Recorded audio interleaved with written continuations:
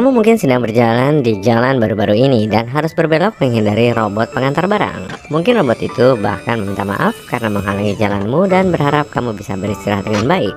Atau kamu mungkin memesan paket secara online dan dikirim menggunakan drone. 10 tahun yang lalu, hal-hal ini nggak terbayangkan, tapi sebagai dari kita sudah menjalani kenyataan ini dan tampaknya hal ini menjadi lebih alami dari waktu ke waktu.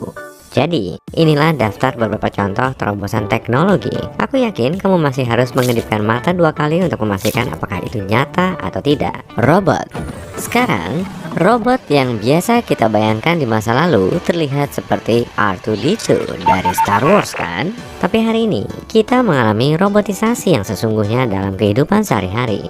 Jika ada dana, kamu bisa membeli kulkas yang bisa membuat daftar belanjaan dan bahkan bisa mencari resep untuk makan malam buatan sendiri.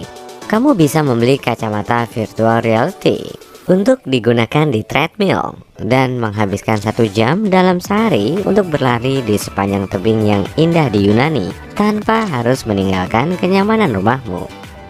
Nah, contoh-contoh ini agak ekstrim, tapi kita nggak perlu sampai sejauh itu. Bahkan ponsel kita pun memiliki kecerdasannya sendiri sekarang. Ia bisa menjawab pertanyaan tentang cuaca atau bahkan melakukan panggilan telepon sehingga kamu nggak perlu menekan tombol. Jika kita sudah sampai sejauh ini dengan kemajuan teknologi, seperti apa robot masa depan? Katakanlah dalam 10 atau 15 tahun mendatang. Sebuah perusahaan bernama UBTech telah mengembangkan robot humanoid seperti Alpha Mini. Robot Alpha Mini dirancang untuk menjadi pendamping rumah tangga. Robot ini memiliki tulisan tangan yang sempurna, dapat menuangkan sekalian coke, mencuci pakaian, dan bahkan melipat pakaian. Tapi, ia juga bisa lebih dari itu. Robot ini dibuat untuk berinteraksi dengan manusia seperti layaknya manusia biasa, tersenyum, tertawa, dan menunjukkan kepedulian. Robot ini fleksibel, bisa menari, dan bahkan melakukan kungfu. Wow, ini bisa jadi sangat menyeramkan. Tapi sebenarnya robot-robot ini sangat lucu. Mereka dirancang untuk terlihat menyenangkan dan dengan mudah menjadi bagian dari keluarga. Gak lama lagi, robot seperti ini mungkin akan menjadi hal yang umum di berbagai rumah tangga. Bisa bayangin gak?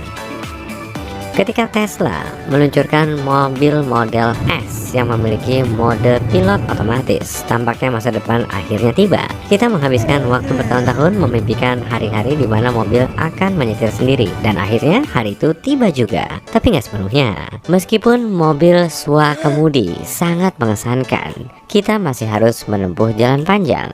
Mobil cerdas dapat mengenali dan merespons belokan, lampu merah, dan jaraknya dari kendaraan lain, tapi masih punya banyak titik buta. Dalam kehidupan nyata, beberapa keputusan harus dibuat dengan cepat dan secara naluriah, dan ini adalah sesuatu yang belum berhasil kita ajarkan pada mesin. Oke, jadi mobil swakemudi nggak sehebat yang kita bayangkan, tapi berapa lama lagi kita akan punya mobil yang terbang di atmosfer? Mungkin sepertinya nggak terlalu lama. Sebenarnya, beberapa perusahaan sedang mengembangkan prototipe mobil terbang saat aku mengatakan ini. Harusnya aku bicara lebih cepat, nggak? Oke. Benda-benda tersebut terlihat seperti gabungan antara helikopter, pesawat terbang kecil, dan tebakanmu benar, sebuah mobil. Kamu mungkin bertanya, bagaimana cara kerja benda-benda terbang aneh ini? Mobil terbang yang saat ini sedang dikembangkan dan dalam tahap pengujian dapat melakukan lepas landas secara vertikal, seperti helikopter. Untuk saat ini, mobil-mobil ini dapat menempuh jarak pendek sekitar 10 km. Meskipun begitu, ini tetaplah sebuah mobil yang bisa terbang. Aku nggak tahu pendapatmu, tapi aku yakin masa depan sudah sangat dekat. Hanya sedikit hal yang lebih buruk daripada bangun setiap pagi dan harus melihat tato yang kamu benci dan sesali. Untungnya, teknologi laser modern memungkinkan kita dengan mudah menghapus nama-nama mantan dari tubuh kita. Ini mungkin terdengar sangat klise, tapi ini juga sangat benar.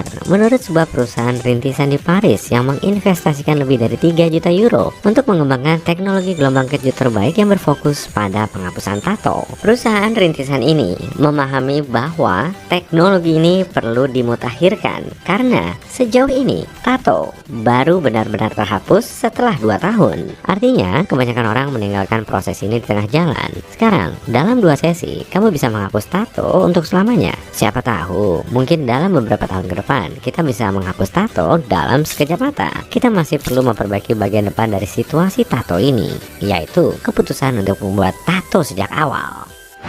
Apa yang akan kamu katakan jika aku bilang hanya masalah waktu sampai perjalanan ruang angkasa komersial menjadi sesuatu yang lebih mudah diakses oleh penduduk dunia? Bisa bayangin menghabiskan sore hari mengorbit bumi? Dengan senang hati aku beritahu, saat ini hal itu akan terjadi lebih cepat dari yang kamu pikirkan, kawan. Pada tahun 2021, miliarder Jeff Bezos membawa perjalanan luar angkasa komersial selangkah lebih maju. Dia membawa kapal roketnya untuk berputar-putar selama sekitar 10 menit dan 10 detik. Meskipun perjalanannya singkat, itu menandai momen penting bagi masa depan pariwisata luar angkasa. Bezos melakukan penerbangan suborbital yang kemungkinan besar akan tersedia lebih banyak dalam waktu dekat. Roket ini melesat sekitar 100 km di atas bumi, di mana orang-orang yang berada di dalamnya bisa merasakan pengalaman tanpa bobot dan menyaksikan pemandangan luar biasa dari planet kita. Namun, roket ini nggak akan lebih tinggi dari itu.